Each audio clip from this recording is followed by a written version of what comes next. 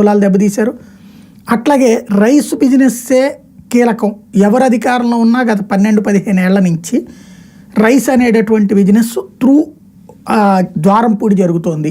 తెలుగుదేశం అధికారంలో ఉన్న, వైసీపీ అధికారంలో ఉన్నా కూడా. అక్కడ ఈ రైసులో కీలకం ఏంటయ్యా అంటే మామూలు బియ్యానికి సంబంధించి కాదు, ఎక్కువ డబ్బులు సంపాదించుకుంటోంది రేషన్ బియ్యం వల్ల.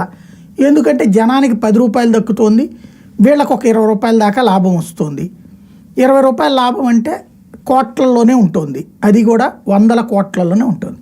కాబట్టి దాన్ని కంట్రోల్ చేయాలన్నటువంటి ప్రయత్నం, తద్వారా ద్వారంపూడి ఆర్థిక మూలాలు దెబ్బతీయడం అన్నది ఒక ఆస్పెక్ట్ కనబడుతుంది.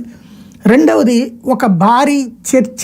అసలు రేషన్ కార్డులు ఇప్పుడు ఉన్నటువంటిది వచ్చేటప్పటికి 1,50,00,000 దాకా రేషన్ కార్డులు ఉండటం, అదే సందర్భంలో ఏదైతే రేషన్ కార్డులకు సంబంధించి బియ్యం వీటన్నిటికీ ఇస్తూ ఉండటం, 800 కోట్ల రూపాయల వరకు, అంటే అందులో కేవలం 95 లక్షల కార్డులకే కేంద్ర ప్రభుత్వం ఇస్తుంది. అంటే దాదాపు 55 లక్షల కార్డుల భారం ప్రస్తుతం రాష్ట్ర ప్రభుత్వం భరిస్తుంది. వాస్తవంగా మొత్తం భరించాలి, ఒకప్పుడు కేంద్ర ప్రభుత్వం ఇచ్చిన డబ్బులు పోను మిగతాది భరించాలి. ఇప్పుడు ఒక ఈ 95 లక్షలు ఏదైతే కేంద్రం ఇస్తుందో అంతవరకే